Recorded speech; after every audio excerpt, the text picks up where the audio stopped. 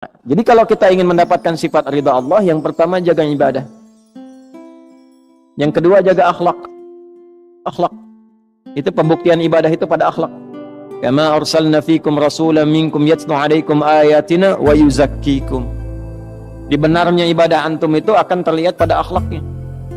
Ya. Salat itu apa? Pembuktiannya. Tanha 'anil fahsya wal munkar. Inna salata tanha 'anil fahsya wal munkar. Nah, fahsya wal munkar itu kalau bisa dihindari, ya, itu adalah akhlak. Perwujudannya. Jadi kalau kita sudah bisa menunjukkan itu, nanti ada pengaruh kepada jiwa, terbawa sampai dengan meninggal, disifatilah dengan amalan yang diridhoi oleh Allah, dan kita pun akan ridha pada pemberian Allah saat ditampakkan di dalam sakaratul maut. Ya. Ya ayyatuhan nafsul mutmainnah, irji'i ila rabbika radiyatan mardiyah. Fadkhuli fi ibadi, dengan sifat ibadahnya disebut ibad. Wadkhuli ditampakkan surganya, maka meninggal dalam keadaan senyum karena melihat surga yang ditampakkan. Sahabat sebelum meninggal sudah disifati radhiyallahu anhum wa radu an, lebih tinggi nilainya dengan radiyatan mardiyah. Nah, makanya kalau lebih tinggi di atas kita, maka sifat kita itu meneladani. Doanya mengantarkan rahmat. Itu bagian pertama radhiyallahu, ya. Jadi kalau ada yang laki-laki anhu, kalau perempuan anha, kalau banyak anhum. Ya. Kalau bapak anak itu anhuma. Biasanya depannya kuncinya ibnu. Ya, an ibni Abbas, an ibni Umar radhiyallahu taala anhuma. Kalau huma bonusnya satu lagi. Mengalir pahala lagi untuk ayahnya dan ibunya, orang tuanya.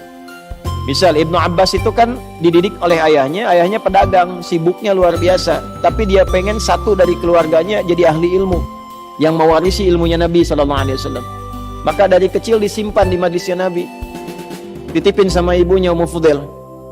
Ya, tolong yang ini Abdullah ini siapin supaya jadi alim ke depan, ke majlis Nabi. Simpan, nanti bawa lagi, simpan, bawa lagi. Sampai Nabi meninggal, beliau masih remaja, kisaran usia 13-14 tahun.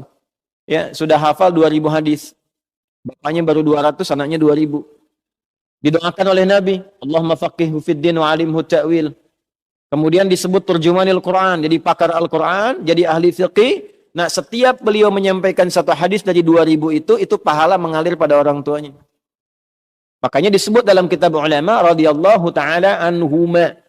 Sebagai tanda Abdullahnya dibuang, Abbasnya dimunculkan. Karena inisiatif mendidik anak itu datang dari orang tuanya. An ibni Abbasin. Ya. Nah, ilmunya dipakai, dalam ilmu sanad dipakai sebagai inspirasi. Kalau bapak ibu menyekolahkan anak ke pesantren, doanya dari ibu, dari bapak disiapkan yang halal, anak itu jadi ulama kemudian hari, hafal Quran, hafal hadis. Setiap dia menyampaikan sesuatu, bapak ibu dapat transferan pahalanya. Jangankan jadi alim, dia sekarang baca Quran, bapak ibu positif tuh, kirimkan yang halal, ibu doakan. Dia baca Quran, pahala mengalir pada ibu. Nah, itulah keuntungannya begitu. Makanya cari sekolah-sekolah Islam, ya, cari pesantren-pesantren yang baik, yang ada Qurannya, ada sholatnya, supaya pahala mengalir. Hukum itu gimana niatnya? Innamal a'malu bin. Kalau orang tua niatkan dunia, bapak ibu dapat dunia. Itu aja sederhana. Di dunia yusibuha. Sekolahkan anak ke tempat favorit, kursusnya bahasanya bahasa asing, silakan perbanyak. Jadi sesuatu, jadi direktur, membanggakan Anda. Bangga, urusan apa? Dunia. Anda di servis, iya, urusan apa? Dunia. Selesai dunia, selesai. Akhirat bagaimana? Ya. Pilih dunia apa akhirat? Pilih dua-duanya. Doanya Rabbana atina fid dunya hasanah wa fil akhirati hasanah wa qina adzab. Nah, makanya cari pesantren yang bagus. Quran diajarkan, salat diajarkan, kenal sunnah Nabi diikuti, sirah para sahabat diajarkan, tidak melupakan kebutuhan-kebutuhan duniawi, konteks yang paling kini. Jadi dokter dia yang hafal Quran dan paham fikih kedokteran. Masa yang mengandung perempuan yang periksa laki-laki? Paham dengan baik. Jadi arsitek yang hafal Quran, jadi pejabat yang hafal Quran. Ya, coba perbanyak ke depan tuh bupati yang hafal Quran, wali kota yang hafal Quran, ya sampai presiden ahli Quran ke atas. Kalau itu semua didapatkan berkah kita dan tahu ilmunya bagaimana cara menerapkan dalam kehidupan, itu pasti akan berkemajuan. Yaitu radhiyallahu taala anhu. Jadi kalau ngaji hadis, kita kalaupun belum ke matan, ke sanad, kita dapat inspirasi itu.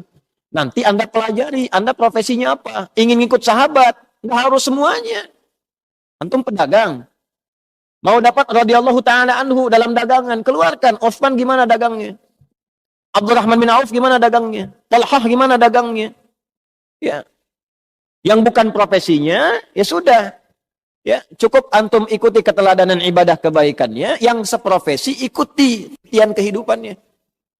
Antum pengen jadi pejabat, oh gimana Abu Bakar, gimana Omar? Antum pengen karir di militer misalnya, gimana Khalid bin Walid? Gimana Abu Ubaidah al-Jarrah? Antum pengen di ilmu, gimana sahabat Ali bin Abi Thalib karamahullahu wajhah?